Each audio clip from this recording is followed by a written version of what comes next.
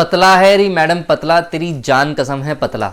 ये गाना तो इंटरनेट पे बहुत ही वायरल हो रहा है, परंतु आपकी जो थाइज है यानी कि जांघें हैं वो एसीएल सर्जरी करवाने के बाद पतली क्यों हो जाती है? क्वाड्रिसेप वीकनेस जिसको कहा जाता है, क्वाड्रिसेप वीकनेस क्यों हो जाती है? कितने प्रतिशत लोगों में ये पाई गई है? और कैसे पता लगाएं कि आपकी क्वाड्रिसेप सच में वीकनेस है या सिर्फ आपकी लगने लगाने पे हम इसका इलाज चालू कर दें? क्या ये सच में ट्रीटेबल है और इसका कोई साइंटिफिक बेसिस है? क्वाड्रिसेप वीकनेस होती क्यों है? इस वीडियो में जैसे उस गाने में बताया गया है कि मैं तेरे लिए गन्ना लाई रे, उसी तरीके से मैंने आप लोगों के लिए ये वीडियो बनाई रे। वीडियो को अंत तक जरूर देखना।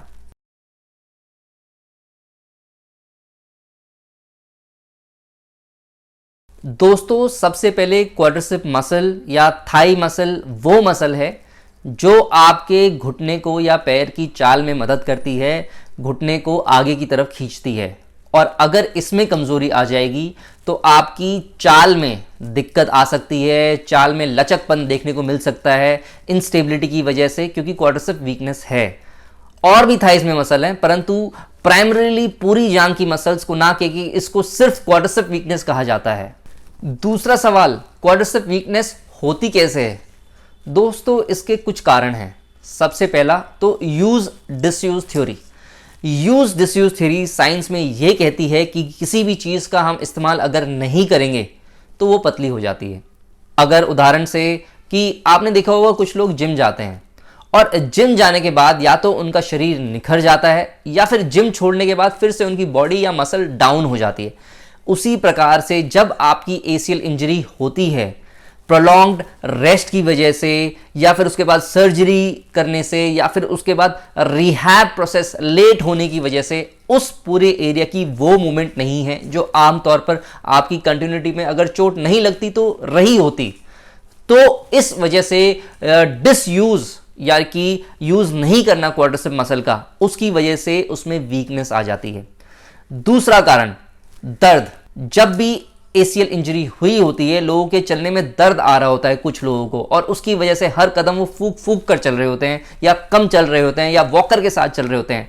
तो इत्यादि पेन की वजह से वो अपनी क्वाड्रिसेप को कम इस्तेमाल करते हैं और उसकी वजह से लॉन्ग टर्म में, क्योंकि ये जो एसीएल का पूरा प्रोसेस है चोट लगने से और बैक टू स्पोर्ट्स का 6 से 9 महीने का प्रोसेस है, तो इसमें उसका कम इस्तेमाल होता है या उसमें जान नहीं होती, तो फिर उसको क्वाड्रिसेप वीकनेस हो जाती है। तीसरा, क्वाड्रिसेप इनहिबिशन एक थ्योरी दी गई है। इसका मतलब जब भी आपको चोट लगती है तो उसमें आपके घुटने में ब्लड और दूसरे बॉडी के फ्लूइड्स इकट्ठे होते हैं और वो क्वाड्रिसेप मसल की फुल रेंज ऑफ मोशन को, क्योंकि जॉइंट में इकट्ठा होता है, तो वो उसकी रेंज ऑफ मोशन को रोकते हैं और फिर रेंज ऑफ मोशन कम होने की वजह से या कम चाल आने की वजह से उसमें इस्तेमाल कम किया जाता है और उससे डिसयूज होकर वीकनेस होनी स्टार्ट होती है। अब तीसरी बात, कैसे पता लगाएं आपको क्वाड्रिसेप वीकनेस है या नहीं? दोस्तों, सबसे पहली बात कि मुझे लग रहा है मेरा जो पैर है ना जी पतला हो गया है, भैया लगने लगाने से नहीं होता है, ये साइंस है। और जब आप किसी चिकित्सक के पास जाते हैं तो वो मेजर करके देखेगा कि क्या सच में क्वाड्रिसेप आपकी वीक है या नहीं है। वैसे तो कहते हैं कि आपकी जांघ का जो मिड पॉइंट है उसको एक इंची टेप से लिया जाए। अगर लेमैन टर्म में बताया जा रहा हूं, अगर उसको इंची टेप से एक ही मिड पॉइंट से देखा जाए, दोनों जगह पे वो देखा जाए और दोनों जांघों को कंपेयर करा जाए, तब आपको पता चलेगा कि आपकी जो नॉन अफेक्टेड, जिस पैर का सर्जरी नहीं हुआ है या जिस पैर में चोट लगी है, उन दोनों के बीच में डिफरेंस क्या है। अगर जिस पैर में चोट लगी है या जिसकी सर्जरी हुई है वो कंपैरिजन करके नॉर्मल साइड से पतली लगती है तो हो सकता है वो क्वाड्रिसेप एट्रोफी या क्वाड्रिसेप वीकनेस हम उसको कह सकें। दूसरा तरीका ये भी है कि मिड पॉइंट अगर लेना है तो हमारे जो सुपीरियर पोल ऑफ पटेला है, यानी कि हमारी जो कटोरी घुटने के ऊपर है, उससे 2 इंच या 6 इंच, 2 ऐसी जगहों पर एक पॉइंट मार्क करा जाए और दोनों को इंची टेप से दोनों पैर से बराबर बराबर लेना चाहिए और तब कंपेरिजन करना चाहिए। जैसा आपने मैथ्स में देखा होगा, left hand side is equal to right hand side. जब आप कंपेयर करें तो एक बात का ख्याल जरूर रखना कि आपको कंपेयर अपने पैर से करना है। बचपन में मैं बहुत गलती करता था कि बड़े भाई के पैर की थाइस को देख के कहता था, यार इसकी तो थाइस कितनी मोटी है और मेरी थाइस कितनी पतली है, मैं अंडरवेट हूं क्या? तो ये सब बातें बहुत सोचता था। तो याद रखना है, आपको अपने पैर के बारे में सोचना है, अपनी बॉडी के बारे में सोचना है, अपनी बॉडी टाइप के बारे में सोचना है, ना कि दूसरे के पैर के साथ कंपेयर करना है।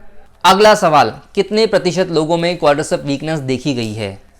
दोस्तों, क्वाड्रिसेप वीकनेस या इनसफिशिएंसी या एट्रोफी हर उस इंसान के जिसके घुटने में पैर लगा है और जिसको रेस्ट दिया गया है उन सब में होती है, परंतु इसकी जो इम्प्लीकेशंस हैं, क्योंकि क्वाड्रिसेप वो मसल है जिससे आपकी चाल में बहुत फर्क पड़ता है, परंतु इसकी जो इम्प्लीकेशंस हैं यानी कि चाल प्रॉपर ना आना, वो केवल 10% लोगों में देखी गई हैं। मतलब कि क्वाड्रिसेप वीकनेस होती सब में है, इनसफिशिएंसी होती सब में है, या क्वाड्रिसेप एट्रोफी होती सब में है, परंतु जो इसके इम्प्लीकेशन है या रिजल्ट हैं या चाल में कमी आना, ये सिर्फ 10% लोगों में देखी गई है। तो आपको इसका अच्छा रिहैब करना है। एसीएल सर्जरी के पहले या बाद में वो कौन सी ऐसी गलतियां हैं जो लोग करते हैं जिसकी वजह से क्वाड्रिसेप वीकनेस हो जाती है? दोस्तों, जो पूरा आपका एसीएल इंजरी का जो फेज है वो 3 स्टेज में बटा हुआ है। सबसे पहला प्री सर्जरी।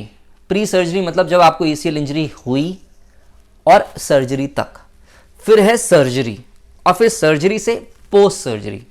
दोस्तों, स्टेज बाय स्टेज जो पहली स्टेज है जिसमें प्री सर्जरी की सर्जरी, एसीएल सर्जरी होने से पहले जो आपको चोट लगी तब से लेके सर्जरी तक लोग रिहैब नहीं करते हैं या कहते हैं दर्द हो रहा है या वीकनेस हो रही है, तो उसमें कुछ एट्रोफी होती है।